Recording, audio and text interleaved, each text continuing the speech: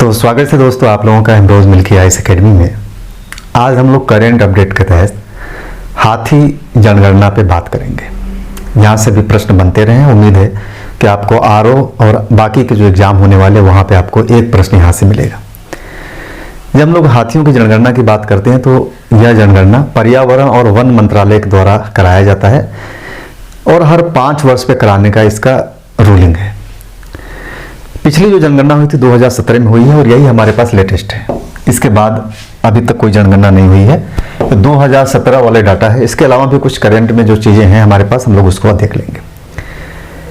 कहते हैं कि पूरे एशिया में जितनी हाथी पाई जाती है उसका लगभग 50% से ज्यादा, लगभग 60% के आसपास हाथी भारत में पाई जाती है। यानी एशियाई हाथियों में 60% हाथी सिर्फ भारत में ही पाए जाते हैं। और माना जाता है कि यह जो हाथियां भारत में पाई जाती हैं वो 23 राज्यों में पाई जाती हैं और 23 राज्यों में कुल जो हाथियों को काउंट किया गया है वो 27,312 हाथी काउंट किए गए 2017 की जनगणना में। 2012 की जनगणना में यह संख्या थी 29,576। ध्यान रखिएगा। तो 2012 में जो हाथियों की जनगणना हुआ उसमें 29,576 हाथियां थी भारत में। 2017 में यह घट जाता है, लगभग 3,000 के आसपास संख्या हाथियों में घटती है और 27,312 हाथियां आज वर्तमान में मानी जाती हैं। ध्यान रखिएगा, ये सारे डाटा आप नोट भी करते चलिए। कहते हैं कि वर्तमान में 14 राज्यों में 65,000 वर्ग किलोमीटर के अंतर्गत 33 हाथी रिजर्व है। भारत में कुल 14 राज्यों में 33 हाथी रिजर्व बनाए गए हैं, जबकि भारत के कुल 23 राज्यों में हाथियां पाई जाती हैं। ध्यान रखिएगा, हाथी रिजर्वों की संख्या है 33, कुल 14 राज्यों में है। और इन सारे रिजर्वों का अगर क्षेत्रफल हम निकालेंगे कितने एरिया में फैला हुआ, तो लगभग 65,000 वर्ग किलोमीटर के क्षेत्रफल में ये रिजर्व फैले हुए। हाथी परियोजना 1992 में शुरू किया गया था, केंद्र सरकार के द्वारा शुरू किया गया था। ध्यान रखिएगा, प्रश्न में पूछता है कि हाथी परियोजना 1992 में किसके द्वारा शुरू किया गया था? केंद्र सरकार के द्वारा। और भारत का पहला हाथी पुनर्वास केंद्र, वेरी इंपॉर्टेंट, ये केरल का एक गांव है। उस गांव को इको टूरिज्म गांव भी कहा जाता है और उस गांव का नाम है कोट्टूर। शुरू किया गया हाथी का पहला पुनर्वास केंद्र, इको टूरिज्म गांव है कोट्टूर, केरल में, वहां शुरू किया गया था। और हाथी परियोजना जो शुरू किया गया था वो झारखंड के सिंह भूमि से शुरू किया गया था, ये भी ध्यान रखिएगा। कहते हैं कि एक अभियान 2023 का ये लेटेस्ट करेंट अपडेट ध्यान रखिएगा, गजह कोथा अभियान शुरू किया गया है असम में। कौन सा? गज हाथी होता है उसमें ह लगा दीजिए, गजह कोथा, असम में शुरू किया गया है गजह कोथा अभियान। बेसिकली ये अभियान ये शुरू किया गया कि हाथी और मानव के बीच जो संघर्ष होते हैं उनको कम करने के लिए। हाथी देखा मानव को दौड़ा लिया या मानव परेशान करे हाथी को, तो उस संघर्ष को, एलिफेंट और ह्यूमन के कॉन्फ्लिक्ट को कम करने के लिए, इसीलिए इसका नाम दिया गया HEC, ह्यूमन एलिफेंट कॉन्फ्लिक्ट। इसके समाधान के लिए गजह कोथा अभियान शुरू किया गया। कहां? असम में शुरू किया गया। ध्यान रखिएगा, गजह कोथा अभियान वेरी इंपॉर्टेंट है ये करंट का। कहां शुरू किया गया? असम में। किस लिए शुरू किया गया? हाथी और मानव के संघर्ष को कम करने के लिए। जो 33वां हाथी रिजर्व बना है वो बना हुआ है यूपी में, तराई हाथी रिजर्व। इसलिए आरओ के एग्जाम के लिए वेरी इंपॉर्टेंट है यूपी के पर्पज से।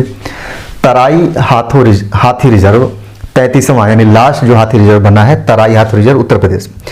सर्वाधिक जो हाथी रिजर्व पाए गए वो तमिलनाडु और असम में 5-5 हाथी रिजर्व हैं, केरल में 4 है और उड़ीसा में 3 हाथी रिजर्व हैं। ध्यान रखिएगा, सबसे ज्यादा हाथी रिजर्व तमिलनाडु और असम में 5 है, केरल में 4 है और उड़ीसा में 3 है।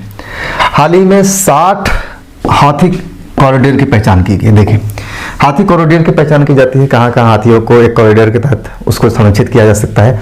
तो अभी हाल में 60 कॉरिडोरों की पहचान की गई। अगर इन 60 को हम लोग ऐड कर लेंगे, जोड़ लेंगे, तो टोटल जो कॉरिडोरों की पहचान हो गई है वो हो गई है 150। अगर यह प्रश्न पूछता है कि भारत में कितने हाथी कॉरिडोर की पहचान हो चुकी है, तो 150 हाथी कॉरिडोर की पहचान हो चुकी है।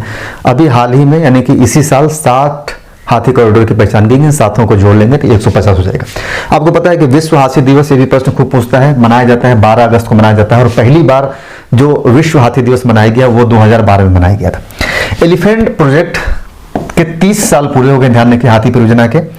और इस 30 साल के पूरे होने में काजीरंगा नेशनल पार्क में जश्न मनाया गया था। एलिफेंट प्रोजेक्ट के 30 साल पूरे होने पर काजीरंगा नेशनल पार्क में एक जश्न यानी कि एक यूं कह सकते हैं कि एक प्रकार का सेलिब्रेशन किया गया था वहां पे। कब? अप्रैल 2023 में।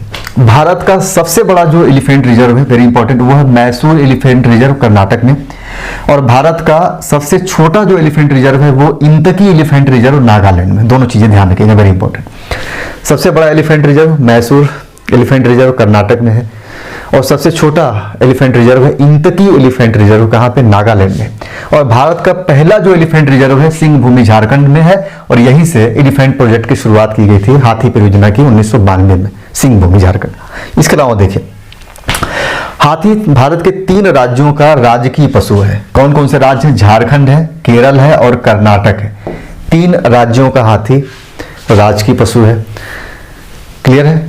इसके अलावा कुछ उद्यान है, जैसे राजाजी राष्ट्रीय उद्यान, ये हाथी के लिए प्रसिद्ध है। मानस राष्ट्रीय उद्यान हाथी के लिए प्रसिद्ध है, और सिमलीपाल, ये तीनों हाथी के लिए प्रसिद्ध है। ध्यान रखिएगा, राजाजी राष्ट्रीय उद्यान, मानस राष्ट्रीय उद्यान और सिमलीपाल, ये हाथी के लिए प्रसिद्ध है। अब थोड़ा हाथी की आबादी पाई जाती है। सबसे ज्यादा हाथी जो पाई जाती है वो पाई जाती है कर्नाटक में, 6049 हाथी यहाँ पे। सबसे ज्यादा भारत में हाथी कर्नाटक में। दूसरे नंबर पे असम में है, 5719 हाथियां पाई गई हैं। और तीसरे नंबर पे जो हाथी पाई गई सबसे ज्यादा वो केरल में है, लगभग 3057 हाथी। तो सबसे ज्यादा हाथी कहाँ? कर्नाटक, उसके बाद आसाम, उसके बाद केरल में। कर्नाटक में लगभग 6049, लगभग क्या मतलब ये काउंट किया गया 6049, असम में 5719 और केरल में 3057। तो एक लमसम आपको याद रखना है 6000, 5500 और 3000 के आसपास। देश का पहला जो हाथियों का अस्पताल खुला है, ये आरओ के लिए बड़ी इंपॉर्टेंट है, मथुरा में खुला गया। ध्यान रखिए, हाथियों का अस्पताल भारत में पहला खुला है मथुरा का। और हाथी को 2010 में राष्ट्रीय विरासत पशु घोषित किया गया था, 2010 में। ध्यान रखिएगा। कुछ डाटा और आया है हम लोगों के पास, 2020-21 का डाटा आया है कि ट्रेन के चपेट में आने से कितने हाथियों की मौत किन किन राज्यों में हुई। तो पाया गया कि सबसे ज्यादा ट्रेन के चपेट में आने से जो हाथियों की मौत हुई है वो हुई है असम में, लगभग 62 हाथियों की मौत हुई है। उसके बाद पश्चिम बंगाल में 57 हाथी की मौत, और उड़ीसा में 27 हाथी की मौत हुई है ट्रेन के चपेट में आने से। एक करंट और बता दूं कि उत्तर प्रदेश में भी 1 हाथी की मौत हुई है। अगर बाय द वे पूछ दे के ट्रेन के चपेट में आने से यूपी में कितने हाथियों की मौत हुई थी, 1 हाथी पाया गया कि यहाँ पे मरा है। और हाथी को पर्यावरण और वन मंत्रालय द्वारा भारत का ऐतिहासिक जीव घोषित किया गया है। ये ध्यान रखिएगा, भारत का ऐतिहासिक जीव घोषित किया गया है हाथी को। तो हाथियों से जुड़ी हुई ये चीजें, अगर आपको और ज्यादा थोड़ा सा रटना है तो आप हाथियों के जो 33 रिजर्व है वो निकाल के रख सकते हैं। हालांकि उतना डीप में प्रश्न नहीं पूछेगा, मैंने बता दिया सबसे बड़ा रिजर्व, सबसे छोटा रिजर्व, सबसे ज्यादा रिजर्व कहाँ पाया जाता है, सबसे ज्यादा हाथी। तो चलिए फिर मिलते हैं।